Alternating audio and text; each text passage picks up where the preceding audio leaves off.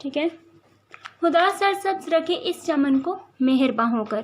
تو یہاں پہ ہمیں پتہ چلا کہ موسم بہار کی آمد کا ذکر ہے، جس سے پرندے بھی خوش ہو جاتے ہیں، ہر طرف جو ہے پھول کھل اٹھتے ہیں، جن سے صبح کی ہوا جو ہے وہ بھی بہت زیادہ ٹھنڈی ہوتی ہے، اور ہر شاخ جو ہے وہ سجدہ ریز ہونا شروع ہو جاتی ہے، اور ہر پتے کی یہ دعا ہوتی ہے کہ خدا سرسبز رکھے اس چمن کو مہرباں ہو کر. اب اپنی کتابیں جو ہیں وہ سامنے رکھ لیجیے گا اور پیج نمبر 99 یعنی صفحہ نمبر 99 پہ دیکھیں تو یہاں پہ ایک ایک شعر کی آپ تشریح جو ہے وہ کریں گے. دیکھیے گا. بہار آئے کھلے گل زیب سہنے بوستاں ہو کر. بہار آئے کھلے گل، گل یعنی پھول، زیب ہوتا ہے سجاوٹ، صحن بوستاں یعنی باغ کا صحن. انادل نے مچائی دھوم سرگر میں فغاں ہو کر. انادل یہ اندلیب کی جمع ہے یعنی بلبلیں. سرگرم فغاں بلند آواز سے فریاد کرنا. ٹھیک ہے. اب یہاں پہ دیکھیں تو اکبر اعلیٰ آبادی جنہیں جو ہے وہ خان بہادر کا لقب بھی دیا گیا تھا، اور طنز و مزاح سے ان کی بھرپور جو ہے وہ شاعری ہے.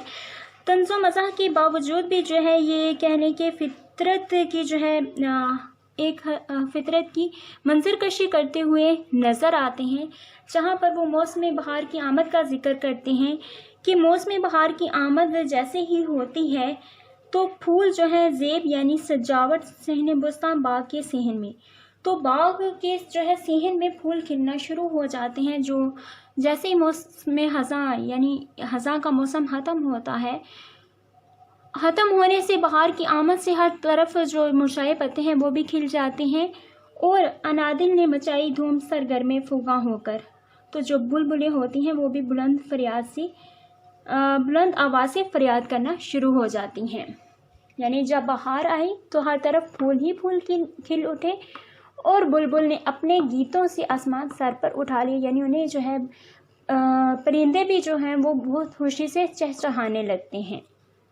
وہ خوشی سے چہچہا رہے ہوتے ہیں. جیسے بہار آتی ہے تو ہر طرف جو ہے پتے جو ہے وہ کھلنا شروع ہو جاتے ہیں، پھول جو ہے وہ کھلنا شروع ہو جاتے ہیں، اور بلبل بھی جو ہے وہ دیکھتی ہے کہ جیسے بہار کی آمد ہو رہی ہے تو وہ بھی آسمان کو سر پر اٹھا لیتی ہے. تو دیکھیے گا، شعر دیکھیے گا. فضا ہنس رہی ہے، ہوا گا رہی ہے، بڑی تمکنت سے بہار آ رہی ہے. تمکنت یعنی بڑی شان سے بہار آ رہی ہے، تو بلبل کو بھی اندازہ ہو جاتا ہے، پرندوں کو بھی اندازہ ہو جاتا ہے کہ اب بہار آنے والی ہے، اور وہ پھولوں کے کھلنے کا بڑی بےتابی سے انتظار کر رہے ہوتے ہیں. آمد بہار کی ہے جو بلبل ہے نغمہ سہج، اڑتی سی ایک خبر ہے طیور کی. یعنی پرندوں کی ایک خبر آ رہی ہے کہ اب بہار کی آمد ہے، جس سے ہر پرندہ بھی جو ہے وہ کہنے کہ خوش ہو جاتا ہے اور گیت گانا شروع ہو جاتا ہے، کیونکہ ہر طرف سبزہ ہی سبزہ ہوتا ہے، اور پرندے بھی جو ہیں وہ سبزے سے بہت زیادہ متاثر ہوتے ہیں اور گیت گانا جو ہے شروع کر دیتے ہیں. ٹھیک ہے. یہ ہو گیا شعر نمبر 1. آگے شعر نمبر 2 دیکھے گا. بچھا فرش زمرد اہتمام سبزہ تر میں. بچھا فرش زمرد یعنی ہری بھری گھاس. اہتمام ہوتا ہے بندوبست. چلی مستانہ وش باد صبا عنبر فشاں ہو کر. مستانہ وش دیوانوں کی طرح جھومتے ہوئے، جیسے دیوانہ جو ہے جھومتا ہے اسی طرح سے جو چرند پرند ہیں وہ بھی جھومنا شروع ہو جاتے ہیں. صبا عنبر فشاں ہو کر. صبا کہتے ہیں صبح کی ٹھنڈی ہوا کو، عنبر فشاں یعنی خوشبو بکھیرتے ہوئے.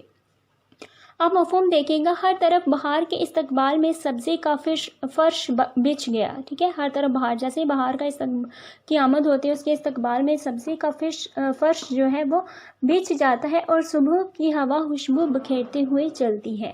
اور صبح کی جو ہوا ہوتی ہے وہ نہایت ٹھنڈی ہوتی ہے، اور جیسے ہی جو ہے وہ باغ میں پھول کھلنا شروع ہو جاتے ہیں، اس سے جو خوشبو ہوتی ہے، تو صبح کی ٹھنڈی ہوا سے جو خوشبو ہوتی ہے وہ فضا کو بھی معطر کر دیتی ہے. ہر طرف جو ہے وہ خوشبو پھیلنا شروع ہو جاتی ہے. آپ دیکھیں تو نظیر اکبر اعلیٰ آبادی جہاں پہ طنز و مزاح انہوں نے شاعری کی ہے، تو وہاں پہ زبردست فطرت نگار کے روپ میں بھی ہمارے سامنے آتے ہیں. کس طرح سے موسم بہار کا جو ہے وہ ذکر کرتے نظر آتے ہیں کہ جیسے موسم بہار کی آمد ہوتی ہے تو ہر طرف پھول کھلنا شروع ہو جاتے ہیں. جیسے ہم لوگوں نے پچھلے شعر کی تشریح میں بھی کیا کہ پھول کھلنا شروع ہو جاتے ہیں، اور ہر طرف جہاں پہ بھی انسانی نگاہ جاتی ہے تو سبزہ ہی سبزہ دکھائی دیتا ہے. ہر چیز جو ہے وہ ہری بھری ہو جاتی ہے. تو یوں دکھائی دیتا ہے جیسے کہنے کہ کے جو باغ ہے اس میں سبزے کا فرش جو ہے وہ بچھ گیا ہے، یعنی ایک جیسے جہاں پہ بھی انسانی نگاہ جاتی ہے تو وہاں پہ سبزہ ہی سبزہ نظر آتا ہے، ٹھیک ہے۔ تو دراصل بہار کا موسم جو ہوتا ہے یہ نہایت تر و تازگی، شگفتگی اور خوبصورتی کی وجہ سے جو ہے تمام موسموں میں دیکھا جائے تو امتیازی حیثیت کا حامل ہوتا ہے۔ یہی بات ہے کہ بہت سارے اگر شعراء کرام کو دیکھا جائے تو انہوں نے موسم بہار کا ذکر کیا ہے۔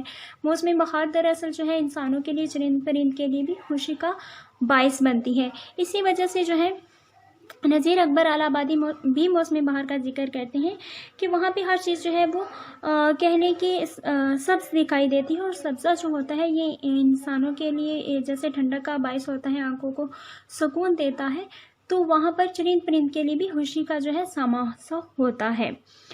ٹھنڈی ٹھنڈی جو ہے ہوائیں چلتی ہیں، جن کی وجہ سے جب دیکھیں صبح کی ہوا جب ٹھنڈی چلتی ہے تو اس سے جو ہے ہر چیز بھی خوش ہو جاتی ہے، اور صبح کی ٹھنڈی ہوا چلنے سے جو باغ میں کھلے ہوئے پھول ہوتے ہیں، رنگ برنگے پھول جو ہوتے ہیں، وہ ان کی جو خوشبو ہوتی ہے وہ صبح کی ہوا جیسے ہی چلتی ہے تو وہ فضا کو بھی معطر کر دیتی ہے، یعنی ہر طرف جو ہے خوشبو جو ہے وہ پھیل جاتی ہے۔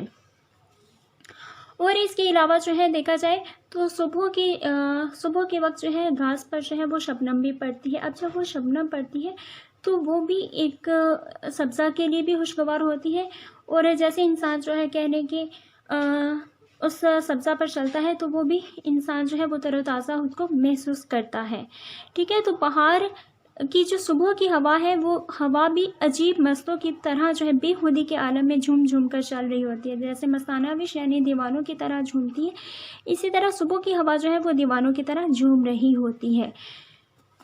باغ میں جو ہے زیادہ تعداد میں حسین و جمیل جو ہے پھول کھلے ہوئے ہوتے ہیں، تو ہوا کا گزر جو ہے وہ فضا کو بھی معطر کر دیتا ہے، ٹھیک ہے۔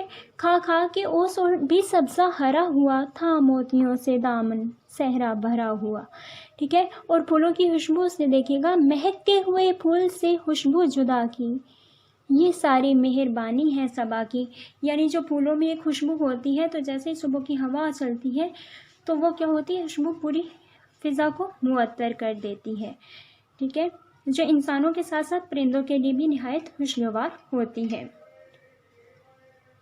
آگے شعر نمبر 3 دیکھیے گا، عروج نشائے نشو نما۔ نشائے نشو نما جو ہے، نشو نما ہوتا ہے پھلنے پھولنے کا شوق، ٹھیک ہے۔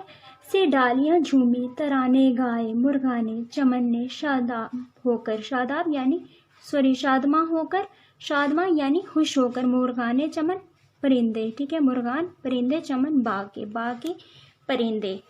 اب دیکھیے گا، نشوونما یعنی پھلنے پھولنے کا عمل جو ہوتا ہے، اس کے نشے میں شے سے ڈالیاں جھومنے لگی، یعنی نہ صرف جو ہے وہ پتے پھول جھومنے لگے بلکہ ڈالیاں جو ہیں یا شاخیں وہ بھی جھومنے لگی، اور باغ کے پرندوں نے خوشی کے گیت گائے، اور نہ صرف بلبل نے بلکہ دیگر جو ہے پرندوں نے بھی خوشی کے جو ہے وہ گیت گانا شروع کر دیے تھے۔